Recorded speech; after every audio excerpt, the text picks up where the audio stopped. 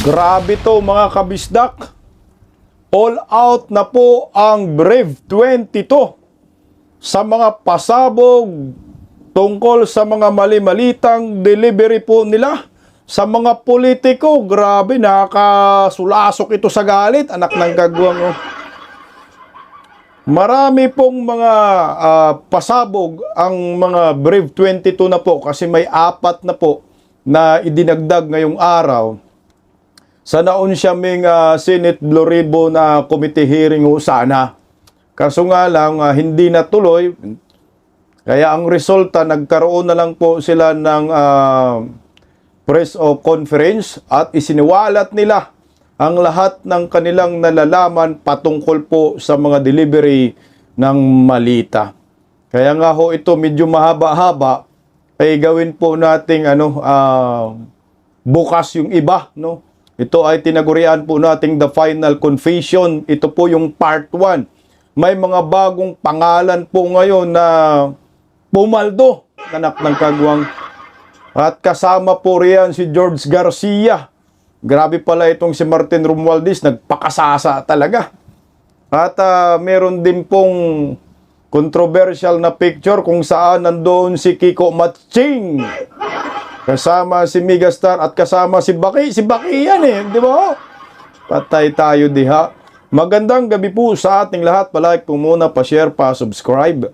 At pakipindot po ang inyong mga notification bell para lagi po kayong updated sa ating mga video. Umpisahan na po agad natin sa umpisa. Kasi nga bukas may part 2 pa ha.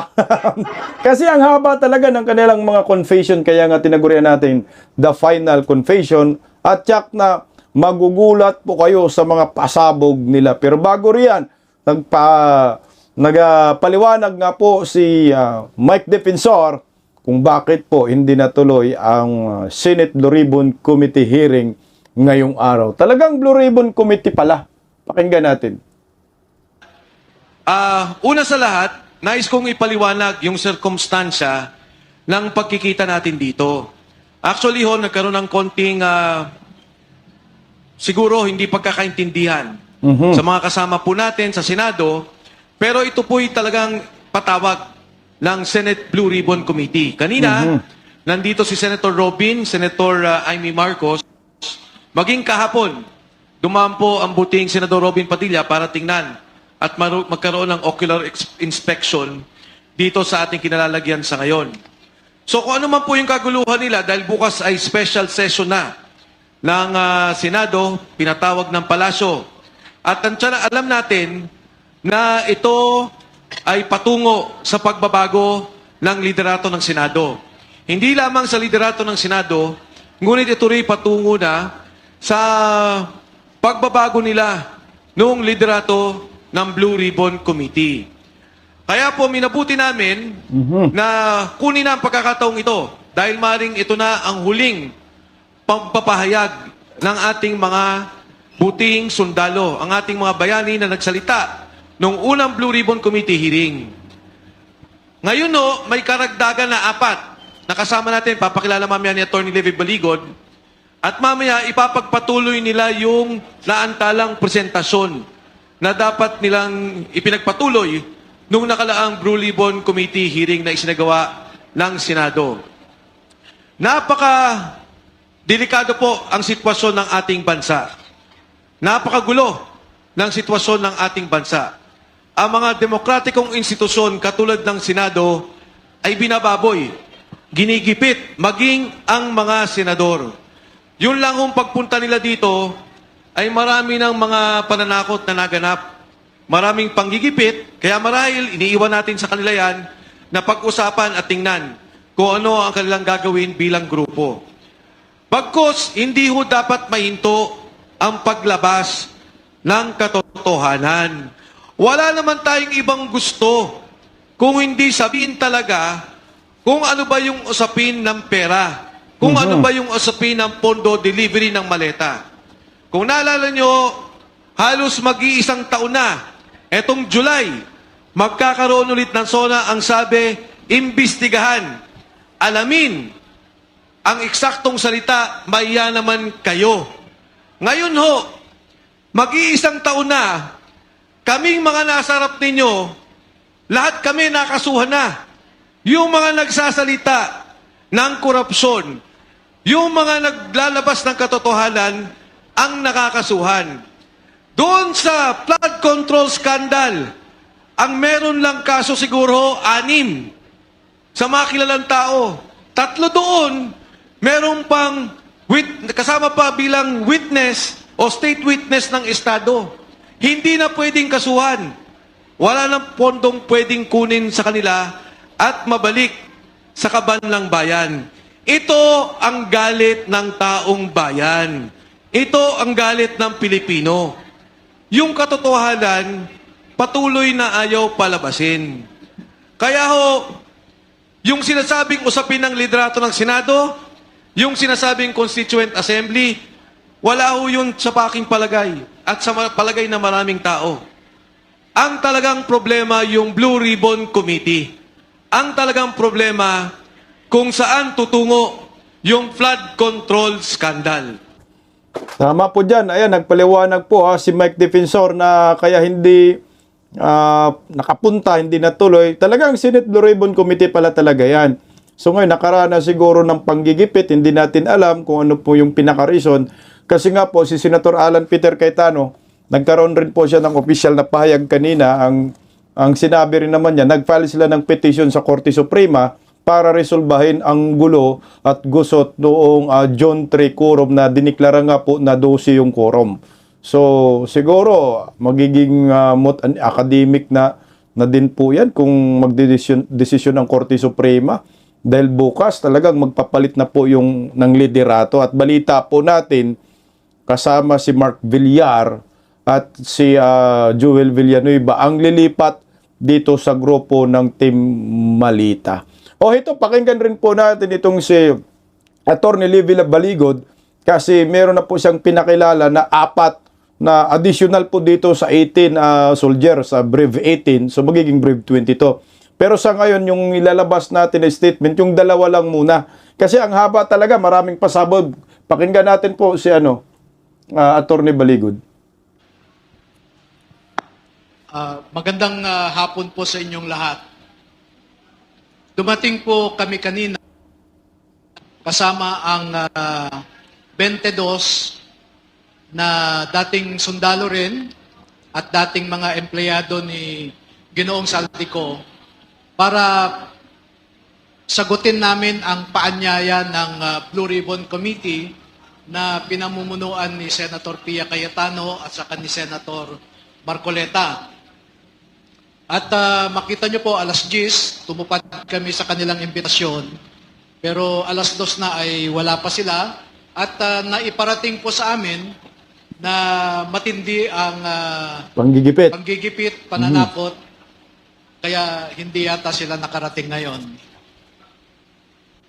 Ang isa nga po sa mga pananakot ang sabi, pag may dumating daw na senador, talagang magkaroon ng arestuhan. Kasi nakita nyo naman, marami pong kapulisan sa labas. Tuloy po natin. Kung ang ating mga senador ay not subjected to such pressures, ganun na rin po ang maaari naming sabihin na sa ilang buwan na, araw-araw, ay tinatakot ang ating mga witnesses, no? Itong mga 18 plus 4 na witnesses natin. Araw-araw po yan, dumadaan kami sa pananakot, dumadaan din po sila sa panunuhol, no? I-introduce ko muna yung mga bago nating kasamahan, no? Ito na yon. Dahil alam nyo na yung 18 na nauna. So unahin kong ipakilala sa inyo si former Sergeant Jeron Valderrama, no? Dati itong miyembro ng Philippine Marine Corps. Dali dito si Erwin Tolfo. Ito ay honorably discharged, ha? Baka sabihin na naman nila dishonorably discharged. honorably discharged po ito dahil nagkasakit siya. Nagkasakit siya dahil ilang buwan siyang na-assign sa Mindanao noon. Sa Tipo-Tipo, sa Albarca, hanggang sa Maluso, sa Lantawan, no? At doon siya nakakuha ng kanyang sakit, inilipad siya sa Viluna, at pagkatapos noon ay pinayuhan siya ng kanyang opisyal na pwede siyang magpa-discharge na lang honorably. At pakinggan po natin ang konting kwento muna niya kasi kakarating lang niya sa Manila kagabi. No? Kakarating lang niya sa Manila kagabi. Hindi pa kami nagkwentuhan ng gusto. Pero fresh from him ay magkwento siya kung ano yung kanyang naranasan noong empleyado siya ni Saldico. So, Jeron? Magandang hapon po sa inyong lahat, mga kababayan, mga mamayang Pilipino. Ako po si Jeron Gaviria Valderrama. Bali po, tama po si Atty. Na kagaling po lang namin sa palikadating lang po namin dito sa Manila, galing po ng mga probinsya. Year 2009 po, bali pumasok pa ako sa Philippine Marine Corps hanggang 2011 po. At doon naman po kay former Congressman Eli Saldico, kay Boss Esi, nakapasok po ako doon ng July 22, 2024 hanggang end of December 2025. Sa loob po ng isang taon at 6 na buwan, ang mga narasan ko po na mga pagde-deliver ng mga mali-maleta na sinasabi ng aking mga kasamahan, unang-una po kay former speaker, dyan sa 14 Nara Street, South Forbes Park po. Bali po, 2 beses po ako dyan nakapag-deliver. Yung una po, bali 3 po kaming sasakyan. Ayan, nag-deliver kay former Speaker Martin Romualdez. Yung partisipasyon niya, ito po yung bago ha. Dagdag sa 18. Tuloy. Ako po yung security doon sa lead car na driver po noon, si Henry Wobina. Then nakasakay po sa akin yung 2 A na sinasabi ng aking mga kasama na sina John Paul Estrada at Mark Tiksay. 3 po kami noon. Ang nilalaman po noon is nasa 30 na maletas na ang mostly po karamihan doon ay puro large. Grabe, large. 30 na malita. Then yung sumunod po doon sa nasabi kong lugar, kami lang po ni Mark Tiksay and then si Ranji Paga, yung driver ko po noon. Bali, ang delivery po namin doon sa 14 Nara Street, hindi po bababa sa 7. Na mix na po yon, may small, medium, and large. At sumunod po kay Senator Erwin Tulfo. Dito po nung time na po yon, may meeting po noon si Boss. Stop muna tayo kay Tulfo. So 30 yung kay Martin Romualdez, 30 plus 7, 37. So large daw, no? Mga malalaking malita. I-times na lang, i-ano na lang natin, i-average na lang natin ng mga 50 million kasi halo-halo na daw 37 times 50 million. Puta, inano talaga ni sino yun? Martin Romualdez ang pera, 1.8 billion pesos, anak ng kamote. So ito kay Erwin Tulfo, pakinggan natin. Diyan sa may Mario Restaurant, sa may Tomas Morato, Timog, Quezon City. Kami po yung, advance team po. At meron pong meeting sila doon. Nung dumating na po,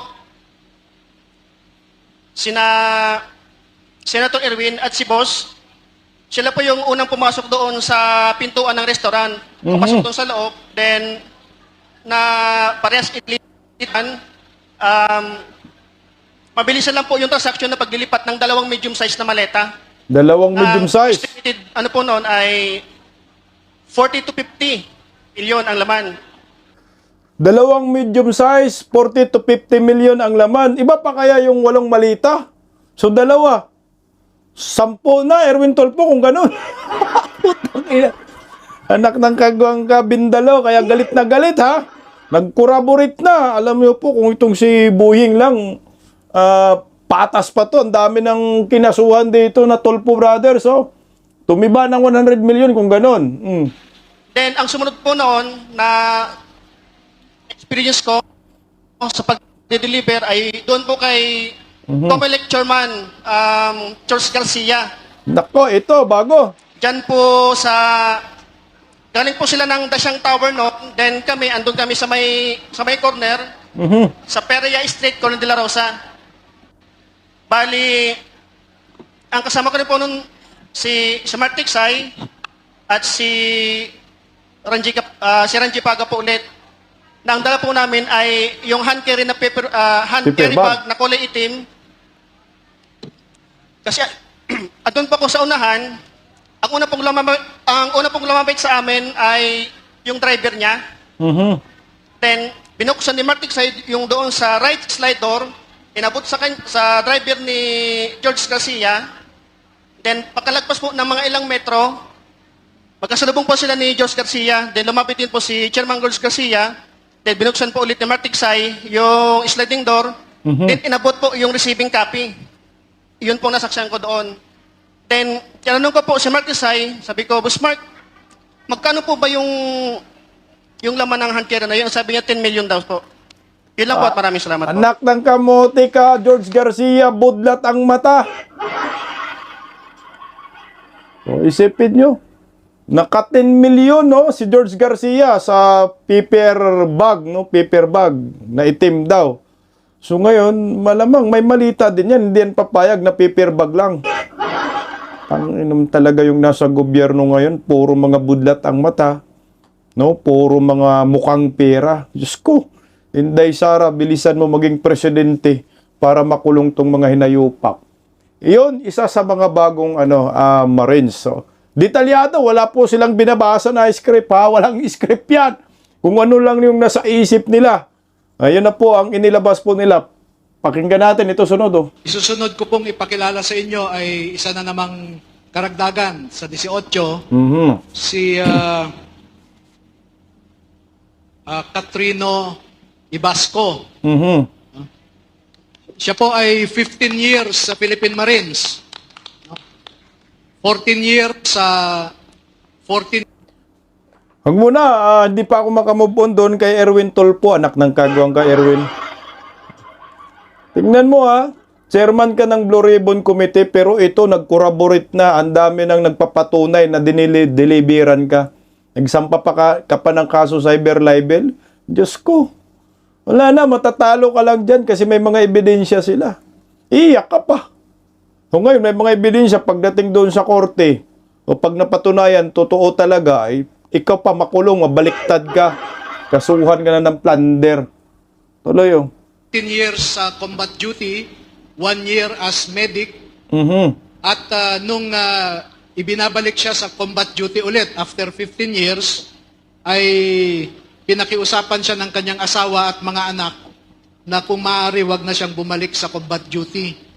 Kaya dineclare po siya na AWOL at dishonorably discharged siya after 15 years. At least may Dahil mga po sa reason. pamilya, ang rason niya kaya hindi na bumalik sa serbisyo. Hindi po siya nagnakaw. Correct. So, Magandang hapon po sa ating lahat. Ako po si Catrino L. Ibasco. Bali, nakapasok po ako, ay nakapagtrabaho po ako kay dating Congressman Elizalde ko noong 22 July 2024. Bali, ang naging trabaho ko doon ay una po, nakapag-akot po ako ng malitang pera sa Horizon pa po sa 56th floor sa unit po ni Bosaldi. Nakapag-security escort din po ako sa ICC. At Pagkatapos po mula March hanggang August 2025 ay assign po ako sa bahay ni dating Congressman Elizalde. Ang trabaho ko po doon ay nagbantay po ako ng mali-malitang pera doon sa bahay niya sa loob ng 6 na buwan po. At ang huling trabaho ko po, pagbalik ko po ng August, may pinatrabaho po sa akin si Sir Dominguez nung pumutok na po yung issue nito. Pinatago po sa akin yung parang equipment po o machine na nakaka-receive po ng text and call na si Boss Saldi lang daw po ang meron doon saka si speaker. Bali, tinago ko po yun doon po sa loob ng Camp Aguinaldo ng mga ilang araw. Tapos pinalipat po sa akin sa bahay po ni Sir Dominguez sa Fairview po. Yun Sipin lamang mo po. Camp Maraming salamat Aguinaldo. po. Yung binabanggit po niyang equipment ay mga surveillance equipments po ito, no? Na it is a highly controlled equipment na hindi ka makakabili kung walang clearance ang NICA, etc. Yung equipment po na sinasabi niya can capture your text messages and calls. No? So napakadelikado po na equipment yan. Parang ano yun, detector, no? Malalaman kung sino yung kausap mo. Ang meron lang daw yun, si Romualdez at saka si, Saldico. Nasaan na yung equipment na yun? Tinago pa sa Camp Aguinaldo, anak ng kagwang naman talaga. Tutuloy, oh. Yung picture na po yan ay nakunan po sa MADSI o kaya tinatawag na Misibis Aviation and Development Corporation na pagmamayari po ni Boss Elizalde Esco sa May Pasay. So ito, sa Pasay ito. Yes po sir, sa MADSI. Ilan ang karga pagka ganyang helicopter? Kaya sir ng mga 10 to 15 maleta sir. Grabe, ang dami. Depende po sir sa kilo eh. Kaya nga makikita nyo po, kinikilo po yan sir eh. Yan yata yung sinakyan papunta kay Bongbong Marcos. Na Di helicopter. malinaw.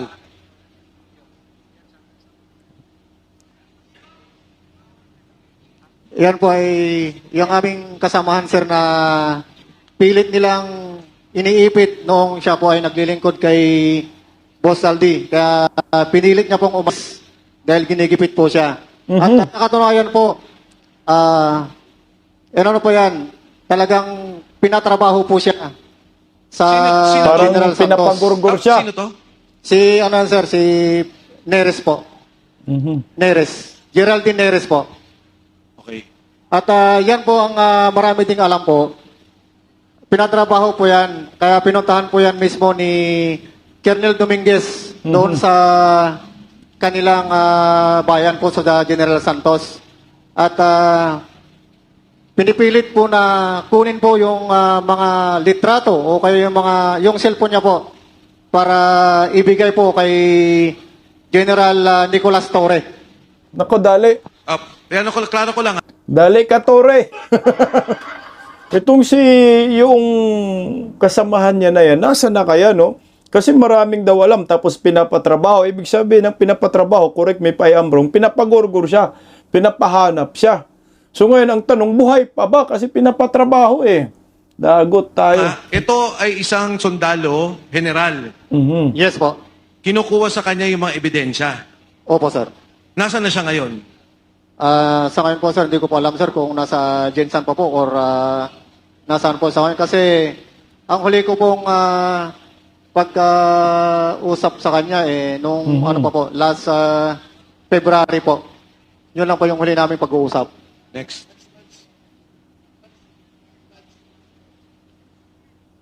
Sabihin mo kung ano Sana yung buhay pa yun, no? Kung ano yung yan.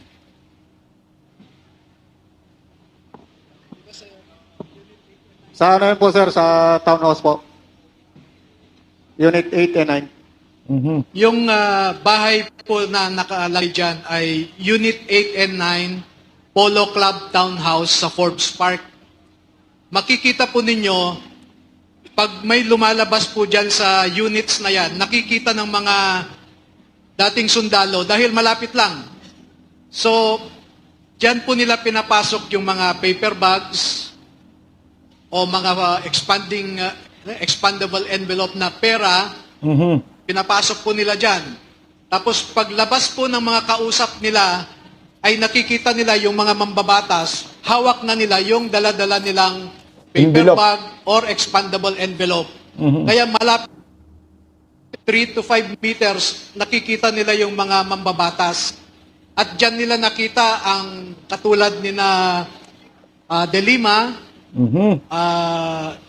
et cetera, no? So Sige. malapit lang talaga. Next. Sinong ano? Okay. Wala nang kawala si Dilima Sir, pala. ako si Rene Puigulyan, sir. Ako po yan, sir, at nakasama ko yan, sir, si Tap Orly Gutesa, nandun kami sa, sa Paudi, Masinloc. May meeting naman noon, sir, nasign kasi ako noon, sir, kay PRP, kung tawagin si Boss Bernard Peralta, yun ang mga PR ng mga congressman, saka senador. Yan po Okay. yung nakasama ko noon siya, sir, si Tap Orly Gutesa. Okay. So ito yung patunay na kasama nyo si Orly Gutesa. Okay? Baho di Masinloc, nakarating pa sila. Baka yung pagpunta nila, yung namigay sila ng ayuda. O ito, pakinggan pa natin.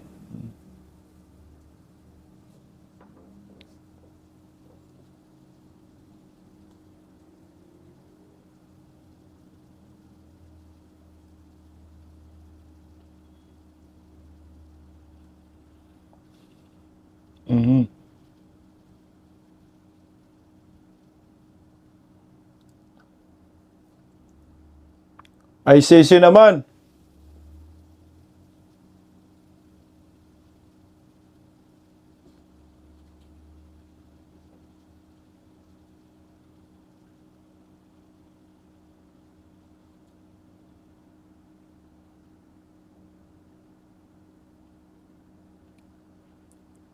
Iba-iba.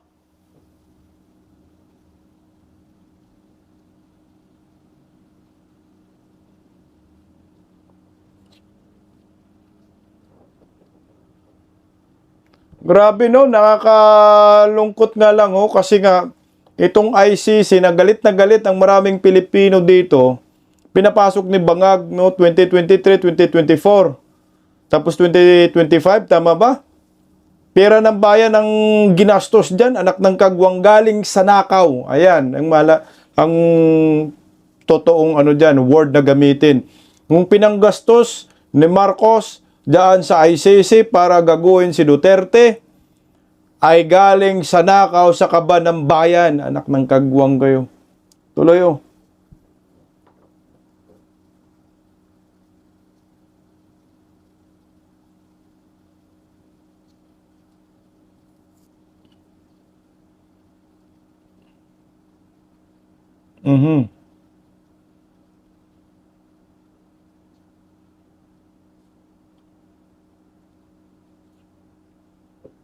Grabe.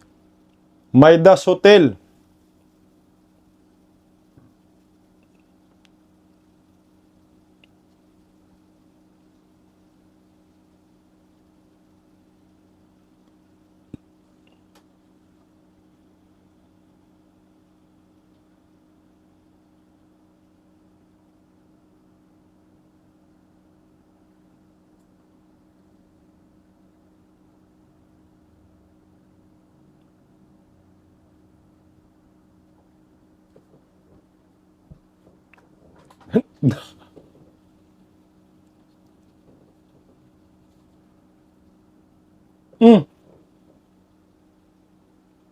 Putain ng mabilog, no? Yung drug lord.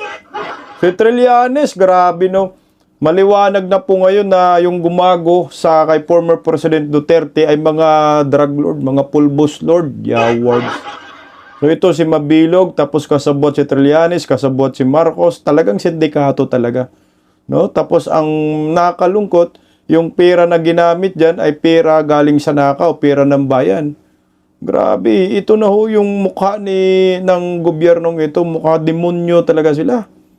Ginawa nila magnakaw, ginawa nilang manggago ng kapwa Pilipino, inubos yung kaban ng bayan para panggasto sa banyaga para gaguhin si Duterte. Alam niyo po, pag naging presidente si Inday Sara, maraming makukulong. Yan lang po ang aking masasabi. Tuloy lang, sir. Punta sa taas. Sarge? Sa akin, sir, ang nakapag-meeting si Sunny Trillanes, Nicolas Torre, at saka si DOJ Secretary Boying Rimolya. Nako, Nung Boying. time na ako na nagpalit kay Mark. Ulit. Dahan-dahan. Pakiulit. Nung time na ako na nagpalit kay Mark, nung 2 months. Mark Texay. Yes po. Okay. Bali, ako na po yung assistant ng ICC. Nakita mo, nag-meeting dito. Si Boyeng Rimulya. Nako, ang malungkot yan, si Boyeng, ombudsman na ngayon. Naku, kailangan i-impeach itong si Boyeng dahil pag naging presidente ka, alam niyo po, maging presidente naman talaga si Inday Sara, ang unang i-impeach si Boyeng talaga. Kasabwat dito eh. Tuloy oh. Sa Maydas. Yes, sir. Sa Maydas. Yes, sir. Iba pa yung sa bahay ni Ombudsman Boying. Yes, iba yun, sir. Then, miniting din namin yung pumatay kay Kian doon sa Bilibid Prison, yung 3 pulis pa. Kasama yung ICC, na ang direct contact namin is si Senator Trillanes. So, yung dito sa meeting na to, nang kasama si Senator Trillanes, si Boying, at saka si General Torre ba? Binanggit mo? General Torre, sir, sa bahay po niya sa Bel Air. Sa Bel Air. Puta. Correction, Torre. sir. Dito sa Maida, sir, puro witness lang po ang Witness lang. witness lang ka meeting nila, sir. Yes, sir. Halos kadalasan lahat mga pulis po 'yon. Marami pa yung iba, sir, hindi na namin matatandaan sa dami ng miniting ng ICC. Halo-halo na hindi na namin matatandaan yung ibang pangalan po. Okay, next. Nako, kailangan ka Ito makulong naman, sir, yung bumbong. holding area. Kasi minsan, sir, nagsasabay yung witness sa Maida, sir, dumadating. Kunwari, sir, may dumating na bago, dyan muna namin nilalagay, sir, sa kwarto na yan. Then bago, pagkat natapos yung naunang meeting po, sila na naman. Yung mga witness, sinusundo nyo rin. Yes, sir, sa lobby na po ng Maidas. Yes, sir. Ay, hindi Puta. galing sa bahay nila, ganun, sa lobby na. Yes, sir. Grabe, maraming makukulong pag si Inday Sara maging presidente. Dito pa lang sa ICC na issue, daming kasabot, Torre, Trillanes, Boyeng, Rimulya. Diyos ko. Tuloy. Bali, nung time na yan, sir, kami, sir, yung advance team, sir, dyan sa bahay, sir, ni Chess Escudero, sir. Patay ka, Chis Escudero. Ninawin mo, para napupulo. Ano, kaninong bahay to? Bali, nung time na yan, sir, kami, sir, yung advance team, sir, sa pag-deliver, sir, sa bahay ni Chess Escudero, sir. Diyos ko. Paldong-paldo ka, Chis Escudero. Anak ka ng kamote. Wala na eh. Nandun na. Kaya lumipat yan. Kasi alam nila, sabi siguro na Chis, lipat ako. Wala eh. Magpa-Pablo Ribbon Committee itong si Marcolita at si Cayetano. Dali ako dito. So ngayon, dali ka. Chis Escudero. Ayan, nagkiso di bula. Oh.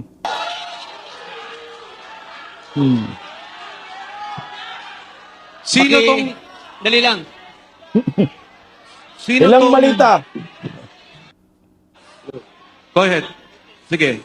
Bali, sir, yung address po, sir, talagang hindi ko po, sir, matukoy, sir. Kasi advance team kami nun, sir. Bali, yung nakakaalam, sir, yung driver namin, sir. Okay. Pero, sir, dyan, sir, sa loob ng bahay niya, sir, kumain pa kami dyan, sir. Ang ulam namin, hipon, kasama ko yung mga katulong niya, sir. Dali ka, Chis. Sir, yan. Sir, sa Kulong na yan. Sarge, tayo ka. Para lang. Tayo ka, Sarge, para... Go ahead. Hindi. Si Sarge. Sarge, tayo ka para... Sige, kwento mo lang. Di mo na kailangan Sir, basahin. noong 2024, mula Horizon Homes, BGC, kasama ako sa convoy papunta sa convoy ni Saldico bilang security detail at pupunta kami sa bahay ni Senator Francis Chis Escudero Patay sa na. number 159 street corner, Hernade, New Manila. Nagatid kami ng 4 na malita na may iba-ibang sukat. 4 na malita, iba-ibang sukat. So mga Yan lang po, 200 million ito. Sarge, etong picture na to, yung kinikwento mo, isa yon o iba pa? Yan na po yun, sir. Isa lang. Gisupport ko lang. Diyan mismo sa loob yan ng nag-unload ng malita. Anak ng Sino tong kamote. tatlong nakatayong to? Ako yung gumawa niyan, sir. Security niya po yun, sir. Okay. Ako yung gumawa niyan, sir. Advance party kasi kami niyan, sir. Kasama ko si Sarge Sibasco. At Kung saka may- yung isa-isa. Ang kasama mo, si Sarge Sibasco, sir. kayong dalawa. Oo, sir. Tsaka, Tsaka kayong dalawa nag-advance, si Sarge Sila yung kwan, sir, eh. nag-deliver. Oo, sir. Bali kami, sir, yung convoy, sir, kalahatan, sir. Kung Mike. Tapos itong... Patanong lang. Ipa-describe lang ho natin, attorney. Sino tong tatlong to? Yung naka-blue, sir, security po yan ng bahay. Yung dalawa, sir, kasama namin sa advance party, dalawang active na Philippine Coast Guard po yan. Taika Chase. Coast Guard. Yes, sir. Active po yan, Philippine Coast Guard po. Sa inyo rin yan. Yes, sir. Kasama sa detail po yan ni Boss Saldico. Okay. Alam mo, Alam mo ang pangalan nila? Nung dalawang kasama? Kilala ko po yan sila, sir. Hindi, anong pangalan? Si Sarge Abitan at saka si Sarge Hilig po. Okay. Okay, Attorney. meron akong tanong. Yung delivery nyo sa bahay ni Senator Cheese, ilang baleta yung unang dineliver nyo? 4 lang. Hindi, ang nangyari, advance sila. Oo. Ang nag-deliver sila, Sarge. O nga, ilan yung dineliver na una? Bali, 4, sir, na medium size. Iba-ibang size. Iba-ibang sizes. 4 yung una. Meron pa bang, naulit pa ba? Yun lang, sir, ang Yun lang alam nyo? sa participation Okay. ko. Puta, Okay, no? next slide. So ano to? Ito pareho. Kabilang kwan, sir. Side naman. Ano tong puting sasakyan? Yan sir yung backup plant sir na isa din sa nagkumboy yan sa paghatid ng pera sir. Yan sa labas ng bahay ni Escudero sir. Next. Ito si Keiko. Sigaw nga tao si Kiko. Dali, si Kiko Matsing. Kaya pala, galit na galit. Ba't kayo mag-blue ribbon? Oh, ito tuloy ah. Nakakita ang animal na wow dagat. Sino magpapaliwanag dito?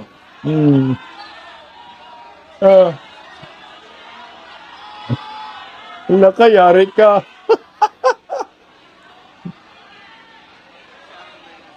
Ko, yari ka ko. Yan o. Grabe. Ito ang dagat. Wow. Sino yung mga nasa likod na mga naka-vest? Sige, go, Sarge. Yan po sir yung mga Sige nga. Tuloy nga lang natin. Butangin na, pinakaban yung si Kiko eh. Okay, tuloy o. mga empleyado sir ng MADSI sir. Nang? MADSI. Na pagmamayari ni Boss Saldico. Pakiulit, Marge. Yan po sir yung mga empleyado ng MADSI na tinatawag na Misibis Aviation and Development Corporation. Okay, thank you. Fast forward na natin. Tingnan mo ha. Ano bang relevance itong picture na to? Pinapass forward kasi ninyo eh. Ito tayo. Ano bang relevance niyan? O, sino ba yan? Di ba si Baki yan? Si Megastar. Tsaka si Kiko. Wow, dagat. Ang relevance ng picture na yan, si Kiko, no? At sa si Saldico, ay mayroon silang ugnayan, no? Yung mga nasa likod, mga empleyado ni Saldico. Yung iba dyan, nandyan sila, yung mga ex-marines, deliver sila. Deliver yan ng malita. Ito, wala naman silang sinabi na hinatiran si Kiko, pero nandyan kay Saldico, di ba? Kasama sila. Merong koneksyon. So bakit si Kiko, Megastar, Saldico, mga empleyado ni Saldico, pati yung mga ex-marines, nasa isang picture. Yung nakabase dyan, aero helicopter man yan, di ba? May kinarga ba? No? May inunload ba? Na mali-malita kay ka? Kaya ka malang galit na galit eh. Kaya walang kwenta tong mga to. O kaya sama-sama silang, huwag natin ituloy yung Blue Ribbon. Kasi nga, may malita din ang animal. Oh. At ito, naglabas si Kiko ng pahayag. Iyak si Kiko dyan. Sabi ni Kiko, at dahil dinamay niyo pa ang pamilya ko, makakatikim kayo ng hindi pasaring aligasyon o palabas na kaso sa korte. Pananagutan ninyo ang paninirang ginagawa niya. Napaka-defensive, wala pa namang sinabi na tumanggap ka ng malita. Basta kasama ka ni Saldico, kasama si Megastar. Puta ko, paldo ko. O Megastar, magkano? Ayan na, wala naman sinabi kung tumanggap. Kaya nga pinapass forward, nasaktan agad si Matching. Tuloy lang natin. Ayan talaga, yung pera. Grabe. Nasira daw yung zipper eh. Kaya nabuksan, nakita Sino nila kumuha yung dito? Ayan grabe. Yan sir yung nung time na yun sir, nalaglag yan. At nasira yung zipper. Kaya nakikita nyo po, hindi po yan peke. Pera po yan. Pera talaga yan. Pera ng taong bayan yan. Etong particular na malitang to, ilan ang laman? Parang large ata to eh. Large sir, nasa 50 to 70 million ang nilalaman yan sir. Pag large. Grabe! 50 to 70 million yung large. Wow, dagat. Ito si Kimirot Kimbo, nasa na kaya to? Lumayas na siguro to, no? Next. Ayan, no? Sinong mag... Bahay po yan ni Kimbo. Lolo. Bahay po, sir, ni ni Ma'am Stella Kimbo yan. Kimbo, Stella Kimbo. Mhm. Doon sa may Chirapuran po. Galit din kay Inday Sara. Quezon City po.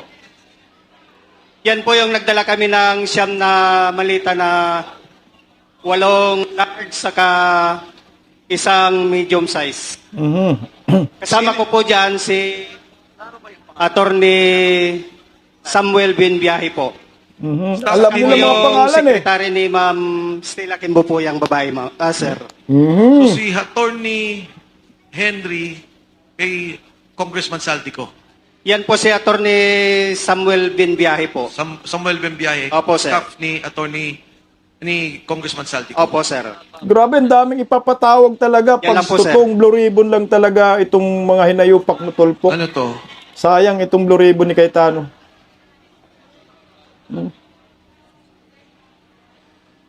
Sa bahay po yan ni dating speaker po sa Portito Nara, Makinli Road po. Puta, Ito? paldo si Yes, sir. Romualdez. Oh. Kanino? Portito, Makinli Road. Martin Sa Romualdez. loob po yan ang bahay, sir. Grabe. Yan oh. My God. Bakit may picture ng particular na delivery na to? Grabe, Sino ang bang dami. kumuha dito? Kasama po namin nung kumuha dyan, sir, pero hindi kasama dito sa 18. Mga benting maleta. Yes, sir. Opo, sir. Pero mababa pa yan, sir. Mataas dyan, 25 to 30 na, sir. Sino ang Basta sumasalubong benting sa malita, inyo? isang bagsakan. Sa bahay ni Speaker Martin Romualdez. Yung mayordoma niya, sir, si Ate Jocelyn. Dali, pati mayordoma ni Romualdez. Yes, sir, siya lang. Ate Jocelyn. Yes, sir. Ikaw dapat Anyway, ipatawag nandun ata din. kay Sarge yung pangalan pagka nakuha na. Nasa Next. telepono. To helicopter. Chopper. Ano tong picture na to? Kuha ng Sarge? kasamahan po namin yan, sir, pero wala po siya dito. Ah, Kuha ng kasamahan po namin yan, sir, pero wala po siya dito. Pero yung cellphone po, sir, na pinag-picturean yan, nakasipkip na po, kay attorney po. Natago na. Saan papunta to? Alam nyo ba? At ito, hangar na to sa Pasay. Yes, sir. Papunta kay BBM Doon yan. din sa Missivis Aviation. Yes, sir. Saan papunta to, alam nyo? Negative knowledge ako dyan, sir. Pero usually, pagka chinapper, Pag chinapper, sir, usually pupunta po ng Bicol. next. Papunta kay kay Saldico pag nakalagay sa chopper. Yan. Next, sige. Pareho naman ang picture. Next. Ayan. Madsi pa rin yan, sir. Yan yung ako picture. Ilan lang helicopter na pag-aari ni Kong Saldi?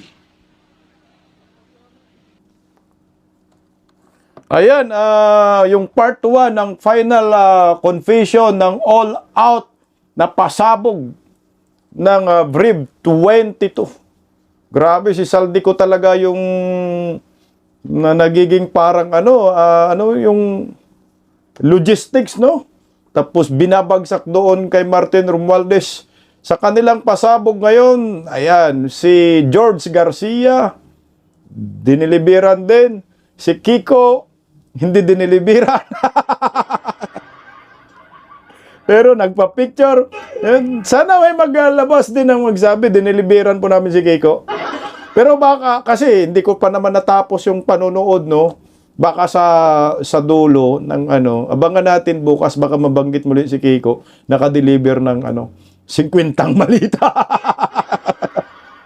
Okay, mabuhay po tayo mga Pilipino, mabuhay po kayo mga BRIV 22. Bukas, abangan nyo uli ang part 2 ng ating content patungkol sa final confession ng BRIV 22 na po. Dahil bukas, baka mapapalitan na po sa pagka-Senate President si Senator Alan Peter Cayetano, kaya nag-all out na po sila itong BRIV 22. Good luck po at tuloy-tuloy lang ang laban para sa bayan. Paggising sa umaga, tanghali at gabi, nakikita ko ang post niya, ang hapdi. Paano nga ba to? Di ako makatanggi. Watch ko na lang at isipin ng mabuti. Bisdak Pilipinas. Bisdak, tinig ng katotohanan. Sa bawat vlog may laban sa kasinungalingan. Mulat ang mata, gising ang masa. Bisdak Pilipinas, para sa bayan, gumigising sa diwa. Sa likod ng kamera, tapang ang dala, walang sinasanto kung mali ang gawa. Hinay-hinay, pero palaban. Boses ng tao sa digital na labanan. Bisdak, tinig ng katotohanan. Sa bawat vlog may laban sa kasinungalingan. Mulat ang mata, gising ang masa. Bisdak Pilipinas, para sa bayan, gumigising sa diwa.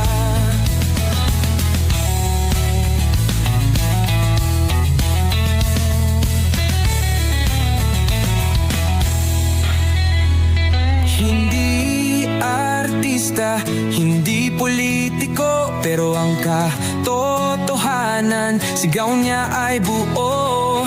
Sa YouTube o Facebook man siya makita, may aral ka pa rin, may uri sa bawat salita. Bisdak, gising sa katotohanan, di lang kwento, kundi panawagan. Sa bawat Pilipinong naghahanap ng liwanag.